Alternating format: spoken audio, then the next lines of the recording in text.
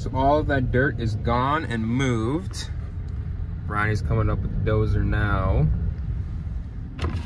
So this was basically just one big giant washout for years now. There's a tile outlet here and it just would, this used to be all trees so it didn't flow that much.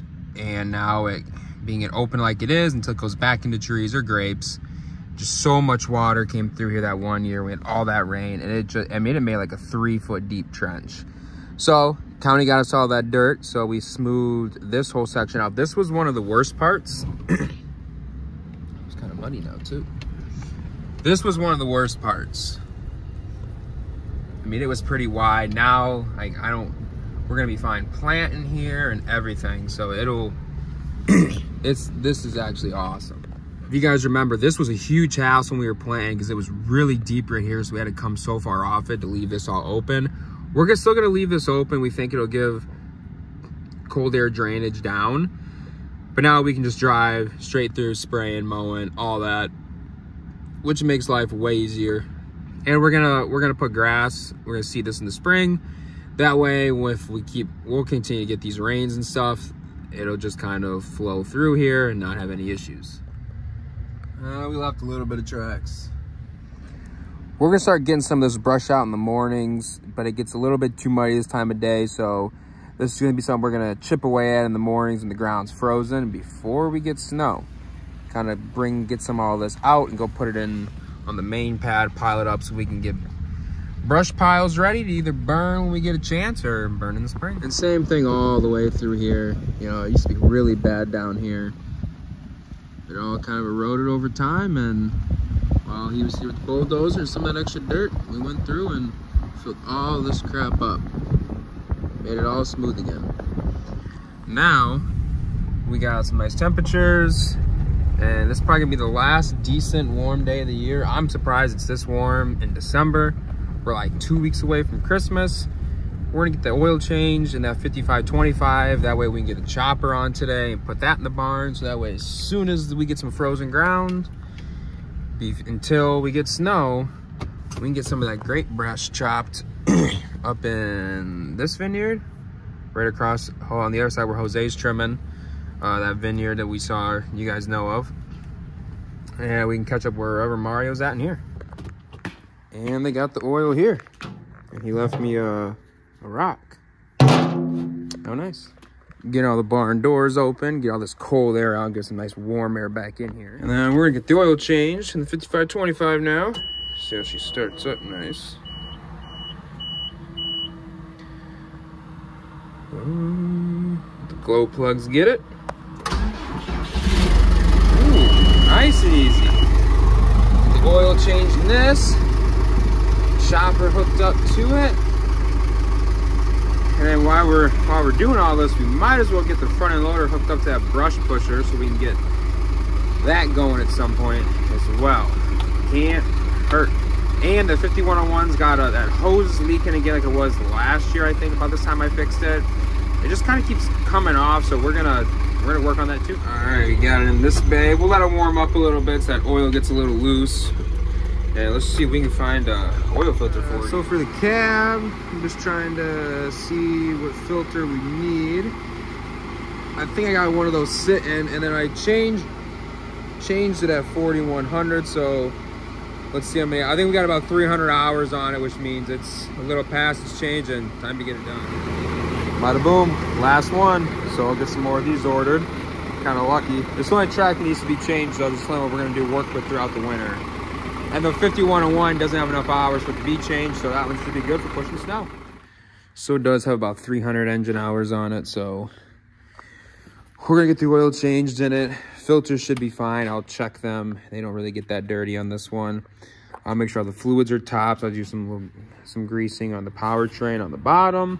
Tires look to be in good shape. Obviously, it is waxed and clean and all pretty. We're gonna get her dirty and dusty again, but that is what we buy these tractors for. So let's get to it. All right, oil is drained through 9 quarts in it. We'll check for some leaks around the filter. Looks good, nothing coming down here. Make sure we don't got an engine light on. Nope. So we'll let it go through the system a little bit. moving on to the next project. And I gotta figure out this seat situation. If anyone knows how to get this back on over the top and stay before I buy a new seat, well, let me know. Got something leaking under here too. We'll check on that one next.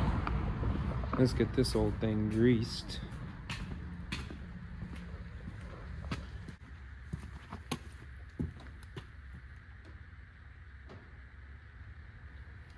Ah, shoot. Tried that with the tower, didn't work, so.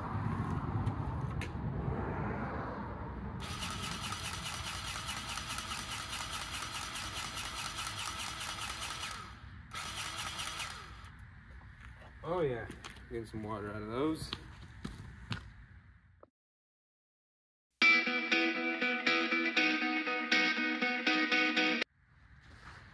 All right, on to the next piece of equipment maintenance.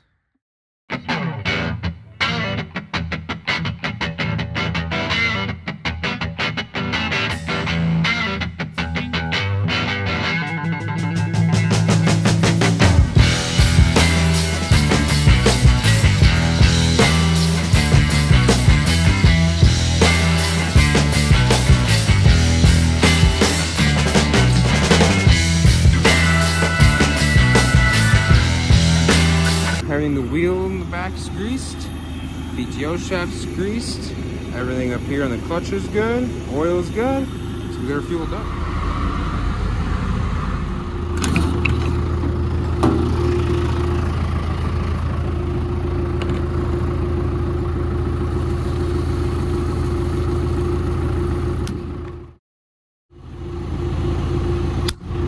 Oh, oil overfull.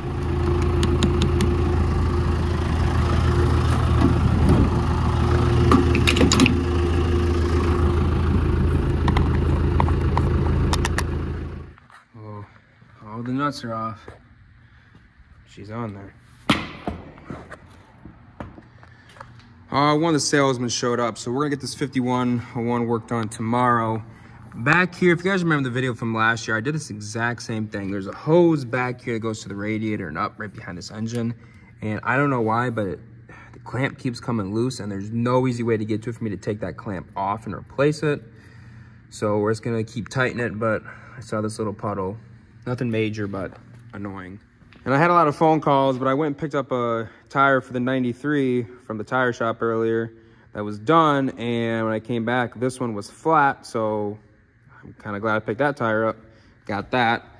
And my buddy mechanic is coming tomorrow because this whole bottom of 5303, there's a line up in here leaking diesel.